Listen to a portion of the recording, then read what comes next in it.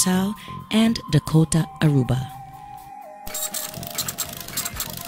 1945. Pan American Airlines is awarded a concession to install an aerofare on Saba, which is later moved to St. Martin. These systems will have to follow the changes required in standards of the airline industry following 1947. 1952.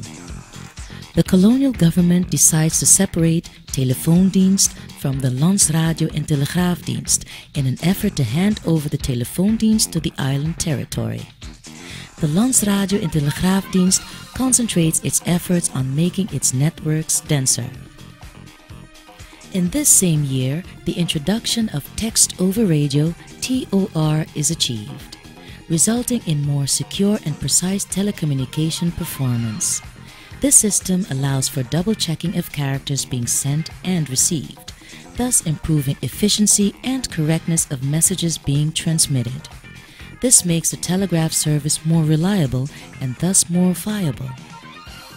1969 to 1986, a period marked by many modernization projects.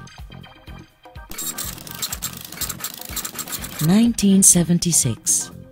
The ministry decides to transform Landsradio en Telegraafdienst into a limited liability company, NV. Subsequent to this decision, the consecutive 2 years are marked by tremendous advancement and profit growth for Landsradio en Telegraafdienst. 1979. Telefoondienst is transferred from the island territory to become a limited liability company, namely Cetel NV.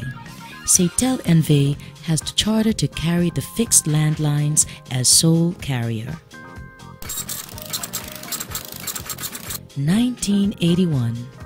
A commission appointed by the ministry decides that the splitting of Landsradio en Telegraafdienst in a commercial and a regulatory body is necessary.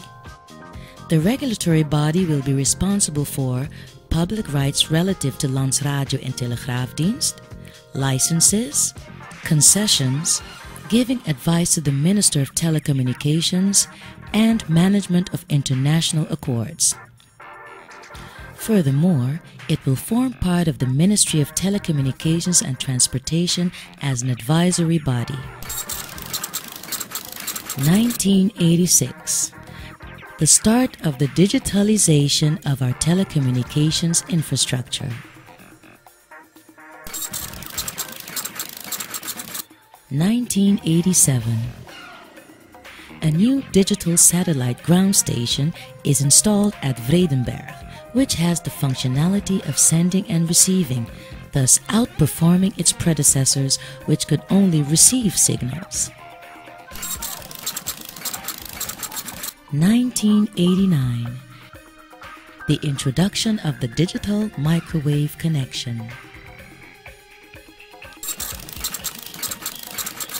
1996. Landsradio is transformed into Antilles, which is chartered to manage all international communication to and from the Netherlands Antilles. As a result, Telecom has the responsibility to manage all telecommunications via satellite and underwater cable to and from our islands, the Netherlands Antilles. In the same year, Bureau Telecommunicatie is created. 1998. The liberalization of the international telecom sector takes off. This causes for the rates to drop and competition to grow.